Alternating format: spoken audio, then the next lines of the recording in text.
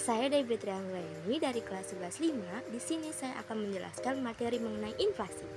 Nah, sekarang kan banyak sekali harga makanan pokok yang mulai naik. Itu bisa disebut sebagai inflasi. Apa sih itu inflasi? Inflasi adalah suatu perekonomian di mana harganya secara umum mengalami kenaikan secara terus-menerus seiring berjalannya waktu, sehingga menyebabkan daya beli uang mengalami penurunan.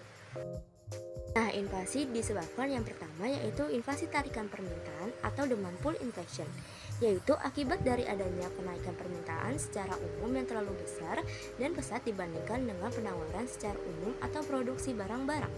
Yang kedua, ada dorongan biaya cost plus inflation, yaitu akibat dari adanya kenaikan biaya produksi yang pesat dibandingkan dengan produktivitas.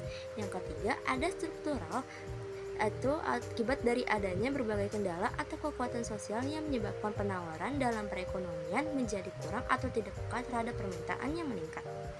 Nah, di sini ada inflasi yang berdasarkan tingkatnya. Yang pertama yaitu inflasi ringan yang tingkatannya masih di bawah 10% per tahun. Yang kedua ada inflasi sedang, yaitu inflasi yang tingkatannya berada di antara 10% sampai 30% per tahun. Yang ketiga ada inflasi berat yang tingkatannya berada di antara 30% sampai 100%. Dan yang keempat ada hyperinflasi, inflasi yang tingkatannya berada di atas 100% per tahun. Berdasarkan asalnya, yang pertama yaitu inflasi yang berasal dari dalam negeri atau domestic inflation. Contoh sederhana dari inflasi dari dalam negeri ini ada ketika terjadi defisit anggaran secara terus-menerus, gagal panen, dan lain sebagainya. Salah satu faktor yang menyebabkan terjadinya inflasi di dalam negeri adalah meningkatnya biaya produksi dalam negeri dan meningkatnya permintaan masyarakat pada barang, sedangkan kenaikan penawarannya tidak bisa diimbangi. Yang kedua, yaitu inflasi yang berasal dari luar negeri atau imported inflation. Inflasi yang berasal dari luar negeri ini terjadi karena inflasi yang terjadi di luar negeri itu sendiri, sehingga membuat harga barang-barang impor meningkat. Jenis inflasi ini umumnya dialami oleh beberapa negara yang sedang berkembang dan umumnya sebagian besar produksinya menggunakan bahan serta alat dari luar negeri. Nah, inflasi pasti memiliki dampak. Yang pertama, turunnya nilai mata uang. Harga yang naik terus-menerus, nilai mata uang di masyarakat pasti menurun. Yang kedua, pendapatan real masyarakat sehingga standar hidup masyarakat juga mengalami penurunan. Yang ketiga, ketidakpastian bagi pelaku usaha karena biaya produksi yang terus meningkat.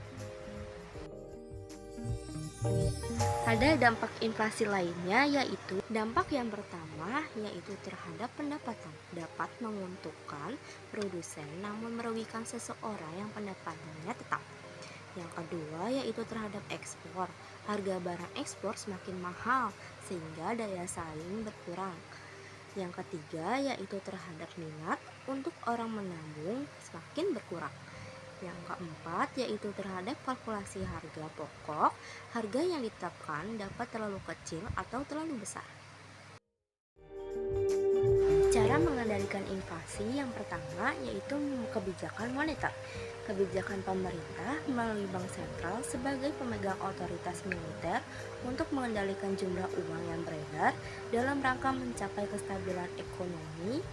Yang kedua yaitu kebijakan fiskal.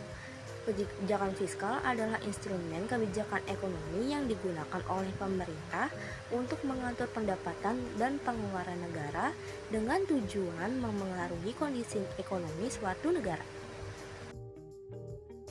Rumus menghitung tingkat inflasi yaitu laju inflasi sama dengan IHKN atau indeks harga konsumen tahun yang dicari dikurang IHKO atau indeks harga konsumen tahun dasar dibagi IHKO indeks harga konsumen tahun basar dikali 100%.